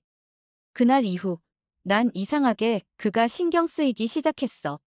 회사에서 마주칠 때마다 일부러 더 붙어 앉고 짧은 치마를 입고 다녔지. 하지만 그는 여전히 차가웠어. 오히려 날 보면서 웃기만 했어. 왜 그렇게 절 신경 쓰세요? 어느 날 복도에서 마주쳤을 때 그가 그렇게 말했어. 마치 내가 그에게 끌리고 있다는 걸 이미 알고 있다는 듯한 태도였지. 신경 안 써. 태연하게 말했지만 사실 나도 모르게 더 깊이 빠져들고 있었어. 난 그를 갖고 싶었고 내 방식대로 유혹할 작정이었지. 그런데 내가 예상 못한 일이 벌어졌어. 그의 여자친구가 찾아온 거야. 그 순간 내 안에서 묘한 감정이 피어올랐어. 단순한 질투가 아니었어. 오히려 더 강한 욕망이었지. 난 원래 남의 것을 탐하는 걸 좋아했거든. 난 조용히 웃으며 더 깊숙이 그의 삶에 들어가기로 결심했어.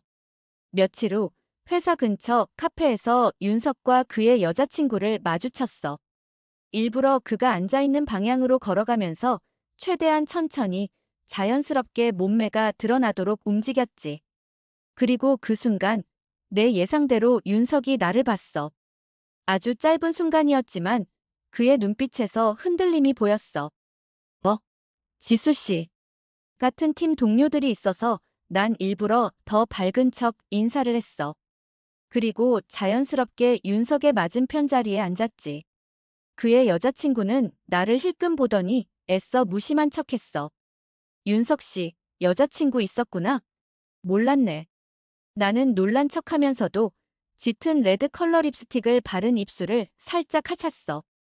윤석은 아무 말도 하지 않았고 대신 여자친구가 환하게 웃으며 대답했어. 네. 저희 3년 넘었어요. 3년. 그 정도면 웬만한 위기가 찾아올 시점인데. 나는 속으로 피식 웃었어. 남녀 사이에서 가장 위험한 게 뭔지 알아? 권태야. 그리고 권태를 흔드는 가장 효과적인 방법이 뭔지 알아? 바로 나 같은 여자가 나타나는 거지. 그날 이후 난 더 적극적으로 다가갔어. 점심시간이면 일부러 윤석 자리 근처에서 밥을 먹었고 가끔 윤석 씨, 이거 좀 도와줄 수 있어요? 하면서 가까이 붙었어. 회사 안에서야 공식적으로 뭐라 할 수 없으니 나는 최대한 자연스럽게 그러나 명확하게 유혹의 신호를 보냈지. 그러던 어느 날 결정적인 순간이 왔어. 야근이 끝난 늦은 밤 사무실에 남아있던 건 나랑 윤석뿐이었어. 일부러 모니터 화면을 응시한 채로 그가 먼저 말을 걸어오길 기다렸지.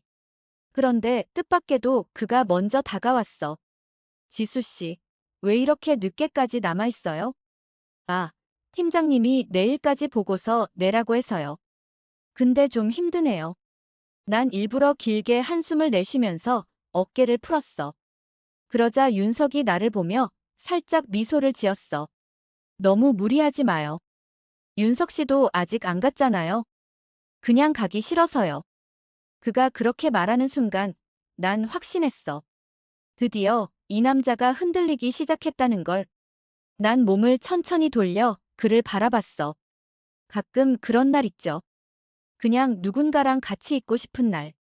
그 말에 윤석이 잠깐 입술을 깨물었어. 그리고 한순간 사무실 안의 공기가 묘하게 달라졌어. 그렇게 시작된 거야. 내가 원하던 게임이. 그날 이후 난 더 대담해졌어. 아침마다 더 타이트한 블라우스를 골라 입었고 회사에선 일부러 깊게 숙여 서류를 정리했어. 남자들이 내 몸을 훔쳐보는 건 익숙했지만 내가 신경 쓰는 건 오직 윤석뿐이었어. 지수 씨, 오늘 옷 스타일이 좀 다르네요. 윤석이 내 옆을 지나가며 조용히 한마디 던졌어. 관심 없는 척하면서도 내 변화를 눈치챘다는 뜻이지. 나는 천천히 몸을 돌려 그를 바라보며 의미심장한 미소를 지었어. 응. 뭐가 달라요? 그냥 더 눈에 띄는 것 같아서요. 그 말 한마디면 충분했어. 남자는 원래 직접적인 말보다 애매한 상황에서 더 끌리는 법이거든. 난 그걸 너무 잘 알고 있었어. 점심시간이 되자 일부러 윤석이 앉은 테이블로 다가갔어. 팀원들이랑 앉아 있었지만 상관없었어. 난 태연하게 그 옆에 앉아 물을 마시는 척하며 블라우스 단추를 살짝 풀었어. 오늘 날씨 너무 덥지 않아요? 내 손끝이 가슴께로 가서 살짝 문질렀고 윤석의 시선이 아주 잠깐 내려갔다가 다시 올라오는 걸 놓치지 않았어. 딱 한순간이었지만 그거면 충분했어. 남자는 눈으로는 아무렇지 않은 척해도 머릿속은 다르거든. 그날 저녁 야근을 마치고 사무실을 나서려는데 윤석이 먼저 나에게 말을 걸었어. 지수 씨, 차 없죠? 집까지 데려다 줄까요? 드디어 왔구나 싶었어. 나를 뿌리칠 수도 있었지만 결국 이렇게 다가오잖아. 난 살짝 웃으며 고개를 끄덕였어. 그럼 신세 좀 질까요? 윤석의 차에 타고 조수석에 앉자 차 안엔 은근한 긴장감이 감돌았어. 일부러 다리를 꼬고 치마자락을 손으로 매만졌어. 그러자 윤석이 운전하면서도 옆을 힐끔힐끔 보는 게 느껴졌어. 운전 조심해야죠. 집중 안 되면 큰일인데. 내가 장난스럽게 말하자 윤석이 헛웃음을 지으며 앞을 바라봤어. 하지만 손끝이 핸들을 꽉 쥐고 있는 게 보였어. 지수 씨는 가끔 너무 도발적인 거 알아요? 내가요? 난 그냥 편한데. 내 목소리는 아무렇지 않은 척했지만 이미 게임은 시작됐어. 남자가 한번 이렇게 말하게 되면 그 다음은 쉬워. 집 앞에 도착하고도 난 바로 내리지 않았어. 일부러 핸드백을 뒤적이며 시간을 끌었지. 그리고 천천히 윤석을 바라보며 말했어. 커피 한 잔 마시고 갈래요? 윤석은 대답 대신 나를 가만히 바라봤어. 머릿속으로 고민하는 게 느껴졌지. 하지만 이 정도까지 온 이상 선택지는 정해져 있어. 그렇게 그날 밤 윤석은 내 집에 들어왔어. 그리고 선을 넘었지. 처음엔 어색한 척했지만 이미 마음은 정해져 있었어. 난 소파에 앉아 윤석을 바라보며 천천히 머리칼을 넘겼어. 일부러 가슴이 더 강조되도록 허리를 젖혔지. 지수 씨. 윤석이 낮은 목소리로 내 이름을 불렀어. 그리고 그 다음은 더 말하지 않아도 알겠지? 난 이 게임에서 항상 이기는 사람이야. 하지만 그땐 몰랐어. 이게 단순한 유혹으로 끝나지 않을 거라는 걸. 그 뒤로 일이 점점 꼬이기 시작했거든. 그날 밤 이후로 윤석은 변하기 시작했어. 처음엔 조심스럽게 행동하려고 했어. 사무실에서 나를 피하려는 듯 보였고, 점심시간에도 일부러 다른 팀원들과 어울렸어. 하지만 그런 게 얼마나 오래 갈까? 남자는 한 번 선을 넘으면 절대 예전처럼 돌아갈 수 없어. 며칠 후 퇴근 시간이 다가올 때쯤 윤석이 내 자리 근처에서 머뭇거리고 있는 게 보였어. 난 모른 척하고 서류를 정리했지. 하지만 결국 그가 먼저 다가왔어. 지수 씨, 오늘 시간 돼요? 내가 기다리던 말이었지. 글쎄, 왜요? 그냥 같이 저녁이나 먹을까 해서요. 윤석의 목소리는 여전히 어색했어. 죄책감과 욕망 사이에서 갈팡질팡하는 티가 났지. 난 그런 남자를 너무 잘 알아. 오히려 그런 상태일 때가 가장 흔들리기 쉽거든. 좋아요. 어디 갈까요? 난 태연한 척하면서 핸드백을 들었어. 그리고 퇴근하는 팀원들 앞에서 아무렇지 않게 윤석과 함께 엘리베이터를 탔어. 그날 저녁, 우리는 회사 근처의 한 조용한 레스토랑에서 마주 앉았어. 분위기가 은근했지. 와인 한 잔씩을 시켜놓고 윤석은 계속 나를 피하려는 듯 했지만 결국 대화를 시작했어. 우리 이런 관계 계속 유지하는 게 맞을까요? 난 와인잔을 들어 한 모금 마시고 천천히 웃었어. 맞고 틀리고의 문제가 아니라 하고 싶냐 아니냐의 문제 아니야? 그렇긴 한데. 윤석은 말끝을 흐렸어. 하지만 그 눈빛 속엔 이미 답이 있었어. 난 천천히 몸을 앞으로 기울이며 낮은 목소리로 말했어. 솔직히 말해봐. 후회해. 윤석은 내 눈을 피하려 했지만 결국 정면으로 바라봤어. 그리고 아주 조용히 고개를 저었어. 아니, 후회 안 해. 그 한마디면 충분했어. 난 다시 미소를 지으며 와인잔을 내려놓고 윤석을 가만히 바라봤어. 그럼 생각 너무 복잡하게 하지 마. 어차피 마음 가는 대로 하게 돼 있어. 그날 이후 우리는 숨길 필요도 없이 관계를 이어갔어. 퇴근 후에 자연스럽게 함께 나가는 일이 많아졌고 주말이면 조심스럽게 따로 만나기도 했어. 윤석은 처음엔 불안해했지만 결국 나를 거부할 수 없었어. 그는 나를 원했으니까. 그리고 난 그걸 너무 잘 알고 있었어. 그런데 예상하지 못한 일이 벌어졌어.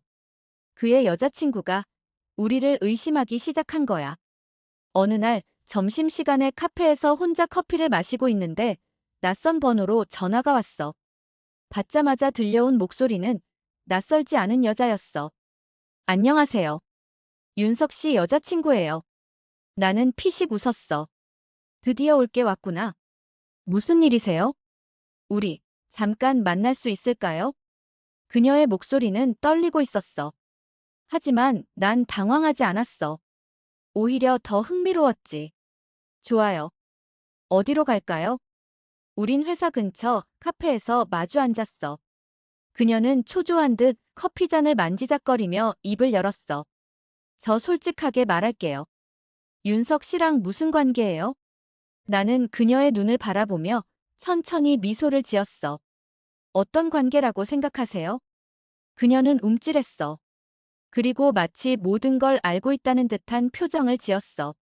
둘이 함께 있는 걸 봤어요. 몇 번이나. 그제야 나는 가볍게 웃으며 머리를 넘겼어. 그리고 천천히, 아주 솔직하게 말했어. 그럼 대답을 듣고 싶으세요? 아니면 그냥 모른 척하고 싶으세요? 그녀는 아무 말도 하지 못했어. 그리고 그 순간 난 확신했어. 이제 게임은 본격적으로 시작된 거야. 그날 이후 그녀는 나를 감시하기 시작했어. 출근길에 마주치면 일부러 모르는 척 지나쳤지만 그녀의 눈빛엔 날카로운 경계심이 서려 있었어. 점심시간이면 회사 근처를 어슬렁거렸고 윤석과 내가 같은 엘리베이터를 타는 순간에도 그 시선을 절대 거두지 않았지. 하지만 나한테 그 정도 견제는 아무것도 아니었어. 오히려 더 자극이 될 뿐이었지. 그러던 어느 날 퇴근 시간이 조금 지나서 윤석에게 연락이 왔어. 지수 씨, 잠깐 볼 수 있어요? 난 기다렸다는 듯이 미소를 지으며 답장을 보냈어. 어디서 볼까요? 우린 회사에서 조금 떨어진 사람들이 많지 않은 바에서 마주 앉았어. 윤석은 잔을 들고 한숨을 쉬더니 나를 똑바로 바라봤어. 지수 씨, 우리 관계 이대로 계속 가도 괜찮을까요? 그가 불안해하는 게 눈에 보였어. 하지만 그 눈빛 속엔 여전히 나를 향한 욕망이 자리 잡고 있었지. 난 천천히 잔을 기울이며 말했어. 괜찮고 말고는 우리 마음에 달린 거 아니야. 하고 싶으면 하는 거고, 아니면 아닌 거고. 그런데 내 여자친구가 눈치챈 것 같아요. 드디어 나올 게 나왔구나. 난 잔을 내려놓고 윤석을 똑바로 바라봤어. 그래서 무슨 말이라도 하던가. 윤석은 입술을 깨물면서 고개를 저었어. 아니, 확실한 증거는 없는 것 같아. 그냥 감으로 의심하는 거지.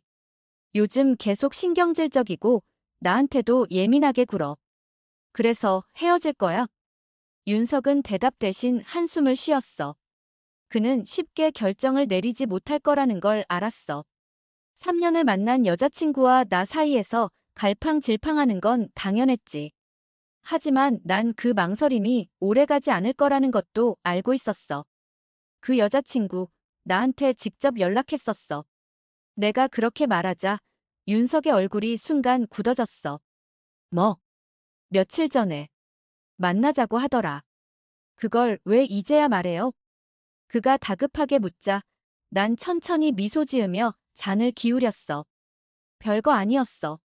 그냥 뭐 하는 사이냐고 묻길래 애매하게 돌려 말했지. 걱정 마. 딱히 결정적인 말은 안 했으니까. 윤석은 여전히 긴장한 얼굴이었어. 그리고 난 그 표정이 너무 재밌었어. 그럼 이제 어쩔 건데? 내 여자친구 계속 의심할 텐데. 윤석은 깊은 고민에 빠진 듯 했어. 그리고 잠시 후 낮은 목소리로 말했어. 조금만 시간을 줘요. 내가 정리할게. 난 잔을 내려놓고 그를 바라봤어.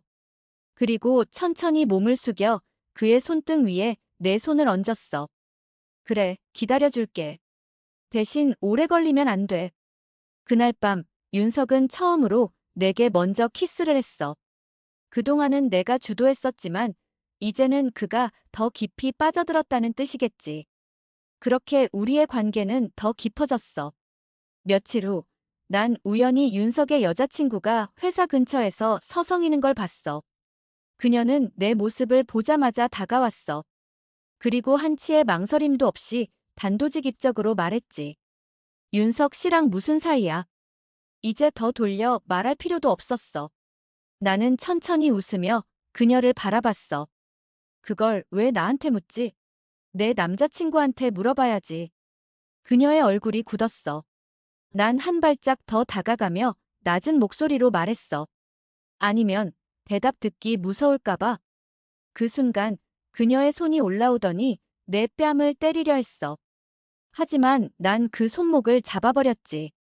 어머, 이러지 마. 여기 길거리잖아. 그녀의 눈에는 분노와 불안이 가득했어. 하지만 난 전혀 개의치 않았어. 오히려 더 자극하고 싶었지. 너도 알잖아. 윤석 씨가 나를 원한다는 거. 그 말에 그녀는 떨리는 입술을 악물었어. 그리고 난 그녀를 뒤로 한 채 당당하게 걸어 나왔어. 이제 곧 결말이 날 거야. 그 여자가 할 수 있는 건 결국 하나뿐이니까. 남자는 끝까지 지키려고 하지만 여자는 결국 떠나게 돼 있어. 그리고 나는 항상 승자가 되는 쪽이었으니까. 그날 이후 윤석의 여자친구는 더 이상 나에게 연락하지 않았어. 하지만 그녀가 조용해졌다고 해서 모든 게 끝난 건 아니었지. 오히려 이제부터가 진짜 시작이었어. 윤석은 점점 더 나에게 빠져들고 있었어. 퇴근 후엔 자연스럽게 내게 연락했고 주말에도 슬쩍 약속을 잡으려 했어. 처음엔 죄책감에 흔들리는 것 같더니 이제는 점점 무뎌지는 게 보였어. 그러던 어느 날 우린 또 한 번 밤을 함께 보내게 됐어. 어두운 조명 아래 침대에 기대 앉아 그를 바라보며 난 천천히 웃었어. 요즘은 여자친구한테 연락 안 와? 윤석은 한숨을 쉬며 고개를 저었어. 아니, 연락은 오는데 예전 같지가 않아. 뭔가 차가워졌어. 그럼 빨리 정리해야겠네. 난 손끝으로 그의 가슴을 살짝 눌렀어. 그러자 윤석이 나를 내려다보며 피식 웃었어. 지수 씨는 참 내가 헤어지길 바라는 것 같아. 바라는 게 아니라 당연한 거 아니야? 한 사람한테 마음이 가 있으면 다른 사람은 정리해야지. 난 일부러 몸을 기울여 그의 귓가에 속삭였어. 그래야 우리도 더 마음 편하지 않아? 윤석은 눈을 감고 잠시 생각하는 듯 했어. 그리고 다시 나를 바라보며 고개를 끄덕였어. 그래. 너 말이 맞아. 나도 더 이상 이렇게 두고 볼 순 없을 것 같아. 그 순간 난 속으로 쾌감을 느꼈어. 이제 거의 다 왔어. 이제 남은 건 그 여자와의 마지막 정리뿐이야. 며칠 후 윤석은 여자친구와 헤어졌어. 회사에서 점심을 먹고 있을 때 윤석이 내게 조용히 문자를 보냈어. 끝냈어. 난 그 한 줄짜리 문장을 보면서도 별다른 감흥이 없었어. 애초에 당연한 수순이었으니까. 난 핸드폰을 내려놓고 천천히 미소를 지었어. 이제 난 완전히 이긴 거야. 퇴근 후 윤석이 먼저 전화를 걸어왔어. 오늘 저녁 같이 먹을래? 그 목소리는 더 이상 망설이지 않았어. 이제 그는 완전히 내 사람이 된 거야. 난 기다렸다는 듯이 대답했어. 좋지. 어디로 갈까? 우린 분위기 좋은 레스토랑에서 저녁을 먹었어. 윤석은 전보다 훨씬 편안해 보였고 나도 더 이상 조심스럽게 행동할 필요가 없었어. 난 잔을 들어 가볍게 부딪히며 말했다. 이제야 제대로 된 시작이네. 윤석은 피식 웃으며 내 잔을 따라주었어. 그러네. 이제야 좀 마음이 편해. 그날 밤 우린 호텔로 향했어. 이제 더 이상 숨길 필요도 없었으니까. 침대에 몸을 맡긴 채 난 천천히 윤석을 바라보며 웃었어. 이제 후회 없어. 윤석은 대답 대신 내게 입을 맞췄어. 이제 난 완전히 그의 여자가 된 거야. 그렇게 모든 게 완벽하게 끝난 줄 알았어. 그런데 그 여자가 다시 나타난 거야. 며칠 후 회사 앞에서 기다리고 있던 윤석의 전 여자친구를 마주하게 됐어. 그녀는 말없이 나를 노려보고 있었어. 난 일부러 무심한 척 걸어가려 했지만 그녀가 내 팔을 붙잡았어. 우리 얘기 좀 할까? 난 팔을 뿌리치고 천천히 그녀를 바라봤어. 무슨 얘기? 넌 대체 무슨 생각으로 이러는 거야? 그녀의 목소리는 떨리고 있었어. 난 한숨을 쉬며 피식 웃었어. 이러는 거라니. 윤석 씨가 널 떠난 건 내 잘못이 아니야. 우릴 탓하지 말고 내가 뭘 잘못했는지 먼저 돌아보는 게 어때? 그 순간 그녀의 눈에서 눈물이 맺혔어. 정말 못됐구나. 난 그녀의 말을 듣고도 아무렇지 않았어. 오히려 속으로 더 흥미로웠어. 사랑이라는 게 원래 그런 거야. 더 강한 사람이 이기는 거지. 난 그녀를 뒤로 하고 걸어 나왔어. 이제 더 이상 그녀는 내 상대가 아니었으니까. 그런데 정말 끝난 걸까? 그때는 몰랐어. 이 모든 게 곧 나에게 큰 후폭풍이 될 거라는 걸. 그래도 어떻게 난 원래 나쁜 년인 것을. 난 후회하지 않을 거야.